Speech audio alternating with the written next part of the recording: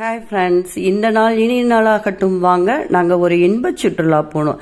எங்கே அப்படின்னா புதுக்கோட்டையின் பக்கத்தில் கானாடு காத்தான் என்ற ஊருக்கு போனோம். அங்கே இது 1912 வருஷம் கட்டப்பட்டதாமா இந்த அரண்மனை. இது ராஜா சர் அண்ணாமலை செட்டியார் அவர்களால் கட்டப்பட்டது அப்படிங்கிறாங்க. இந்த அரண்மனை வேலை செய்வதற்கு, அதாவது வேலைப்பாடுகள் நிறைந்த அரண்மனை கட்டும் பணிகளே 7 ஆண்டுகள் ஆகும்னா. இங்கே ஒரு குளம் காமிச்சோம் பாருங்க, அந்த குளத்தை வெட்டி அதில் இருக்கிற மண்ணில் தான் கட்டியிருக்காங்களாம். இங்கே பாருங்களேன், தெருக்கள்லாம் எவ்வளோ விஸ்தீரமாக அதாவது நேராக எந்த நெளிவு சுழிவு இல்லாமல் கட்டியிருக்காங்க பாருங்களேன் வீடுங்கள்லாம். இதெல்லாம் அரண்மனை ஆகும், கானாடு காத்தான்ல இருக்கிற அரண்மனை ஆகும். இந்த அரண்மனை கலை, கட்டடக்கலை, பாரம்பரியம் மிக்க அதிசயங்கள் கட்டப்பட்டதற்கு ஆகும். இந்த இங்கே கிடைக்கின்ற செம்மண்ணையே வச்சு கட்டியிருக்காங்களாம். இது ஃபுல்லாவே பர்மா தேக்கு, அதாவது இறக்குமதி செய்யப்பட்ட பர்மா தேக்கம். இது பூராமே கருங்கல் அந்த மாதிரி வச்சிருக்காங்க. இங்கே கிடைக்கக்கூடிய மண் ஜல்லியே வச்சிருக்காங்களாம். இங்கே சமுதாய கூடம் அப்படிங்கிற ஒரு கல்யாண மண்டபம் இருக்கு. அது வள்ளியம்மை ஆட்சி, அதாவது அங்கெல்லாம் ஆட்சி செட்டியார் அப்படின்னு தான் சொல்லுவாங்க. இது கல்யாண மண்டபமா எப்படி இருக்கு பாருங்க. அதுக்கு பக்கத்திலேயே ஒரு அரண்மனை பார்த்தோம். அந்த அரண்மனை பாருங்க எவ்வளோ அழகா சூப்பராக இருக்கு. அது ஃபுல்லாகவே இப்போ தான் பெயிண்டிங் வேலை நடந்துட்டு இருக்கு.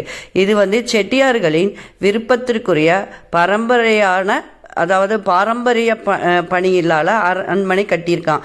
இது இந்த பாருங்க, அந்தந்த அரண்மனைக்கு அந்தந்த பேர் வச்சு சில இடத்த தான் உள்ள விடுறாங்க, சில இடத்துல விட மாட்டேங்கிறாங்க.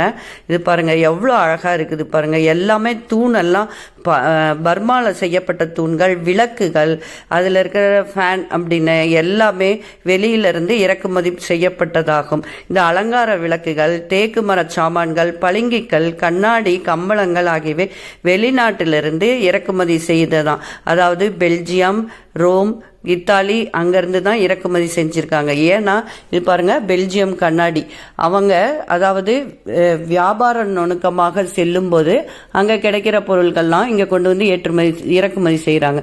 பாருங்களா, மேலே எவ்வளோ அழகாக ஃபுல்லாக மரத்தாலேயே செய்யப்பட்ட ஓடுகள். இது பாருங்க எவ்வளோ தூணுங்க, எல்லாமே அந்த வீட்டு சுற்றியும் தூணுங்க, முற்றம் எல்லாமே அவ்வளோ அழகாக இருக்கும். இந்த முற்றத்தில் கல்யாணம் நடக்குமா, சம்பந்தமான விசேஷங்கள் நடக்கும். நாங்கள் போன அன்னைக்கு சொன்னாங்க அடுத்த மாதம் ராமாயணம் படிப்பாங்க. அப்போ அங்கே செட்டியாருங்கெல்லாம் வருவாங்க. அவங்க பண்ண இரும்பு பெட்டி பாருங்க, அவங்க யூஸ் பண்ண கம்பளம், இது எல்லாமே இறக்குமதி செஞ்சது தானே. தலகாணி இது பாருங்க, ஆத்தங்குடி டைல்ஸ் அப்படின்னு சொல்லுவாங்க. அவ்வளோ அழகாக இதுன்னு அவங்க யூஸ் பண்ண பொருட்களில் மியூசியம் மாதிரி வச்சிருக்காங்க. பீங்கான், களிமண் எல்லாமே அவங்க யூஸ் பண்ணன விதங்கள் வச்சிருக்காங்க பாருங்க. இதுவும் அதாவது கண்காட்சி மாதிரி, பொருட்காட்சி மாதிரி வச்சிருக்காங்க. பார்க்க அவ்வளோ அழகாக இருக்குது. இன்னுமே அதோட பாலிஷ் போட்ட மாதிரியே இருக்குது பாருங்க.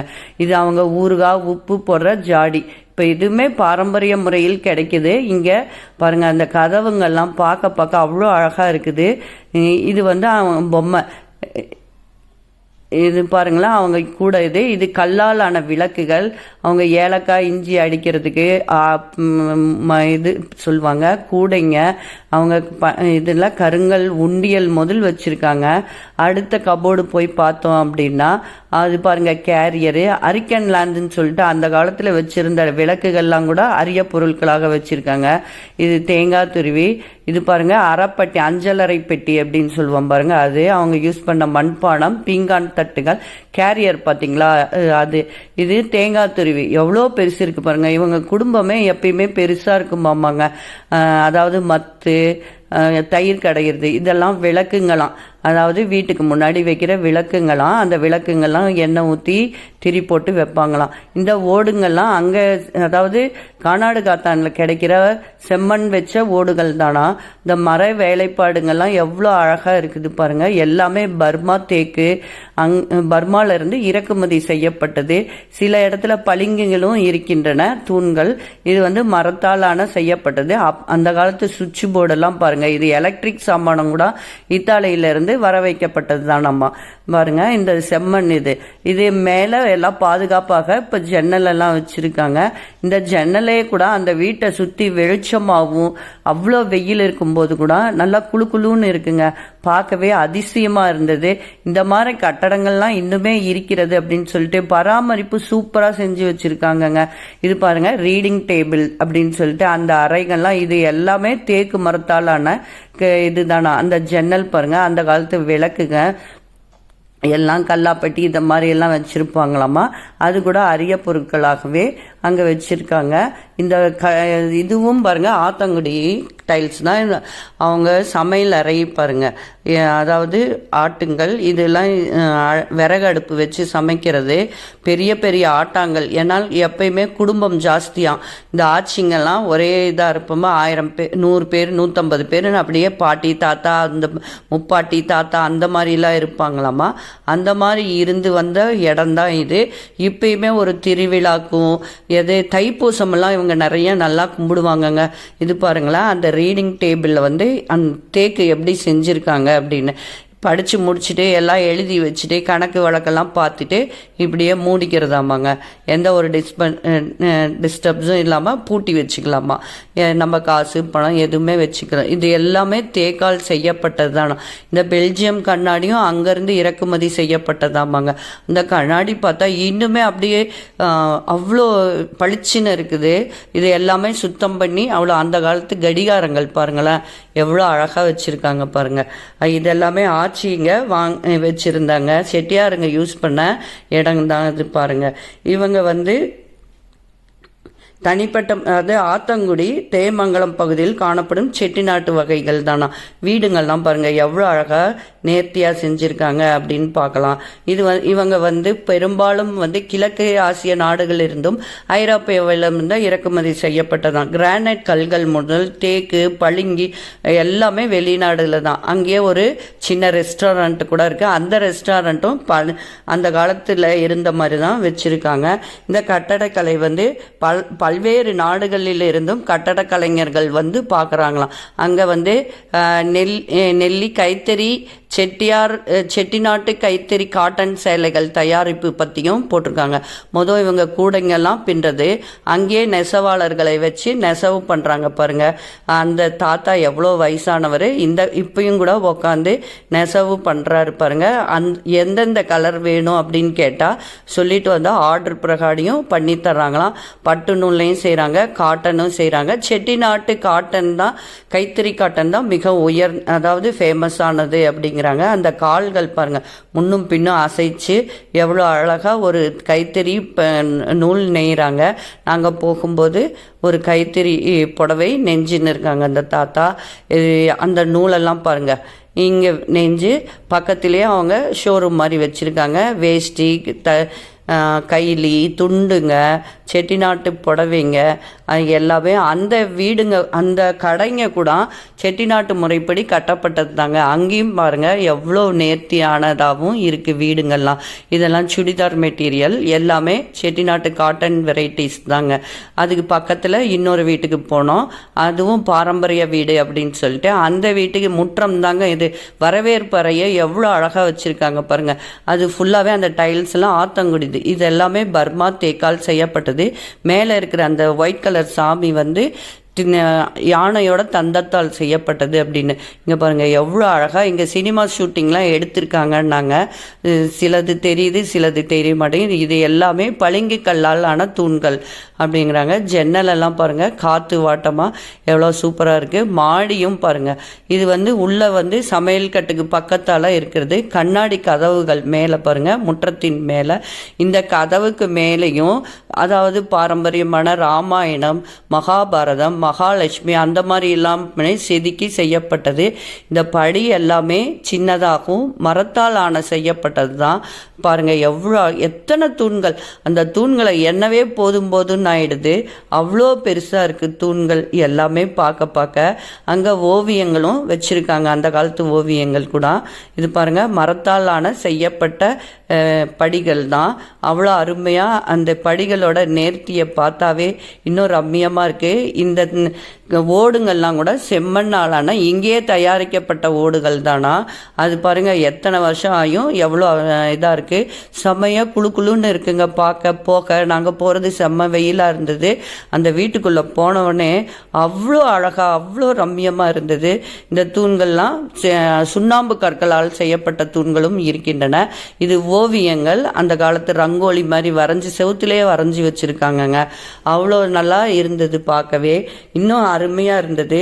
சில இடங்களில் வந்து ஆத்தங்குடி அரண்மனை போலவும் ஆத்தங்குடி இது இருந்தது. சிவகங்கை மாவட்டத்தில் உள்ள காரைக்குடி, இதுதாங்க ஆத்தங்குடி டைல்ஸ். பாருங்க, இந்த ஆத்தங்குடி டைல்ஸ் வந்து அளவு இருக்குமாமாங்க. இந்த ஊரிலேயே தயாரிக்கப்பட்டது. சிமெண்ட்டு, மணல், சிந்தட்டிக் ஆசிட்ஸ் மற்றும் வெள்ளி ஜெல்லி ஆகியவற்றை கொண்டு செய்யப்பட்டதாமா. இது வந்து வெயில் கால இந்த கல்லை வந்து வெயில காய வச்சு அப்புறம் சுவர் காய வச்சு அப்புறம் பதிப்பாங்க. இது சுவர்களையும் பதிக்கப்பட்டதாகவும் இருக்கின்றன. இது பாரம்பரியமாக வீடுகளில் இந்த கற்கள் பதிக்கப்படுகிறது. இது இந்த ஆத்தங்குடி தரைக்கற்கள் மட்டுமே இங்க இந்த செட்டிநாட்டில் பதிப்பாங்களாமா. இது 8க்கு 8 சதுரடி, 10க்கு 10 சதுரடி, 12 சதுரடி அப்படின்னலாம் அளவு இருக்குதாமாங்க. அந்த மாதிரி கலைன்னு இது வந்து செயற்கையாகவே உருவாக்கப்பட்ட கலர்களால் செஞ்சப்பட்டது அப்படிங்கிறாங்க.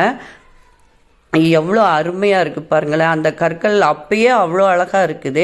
இது செவுத்துலையும் தரையிலையும் வேலைப்பாடுகள் இருக்குது. இப்போயுமே இந்த ஆத்தங்குடி டைல்ஸுன்னு சொல்லிட்டு ரொம்ப ஃபேமஸானது. பெரிய பெரிய ஹோட்டல்லையே இருந்து அங்கே இருந்து நம்ம வாங்கிட்டு வந்து இங்கே வைக்கிறாங்க.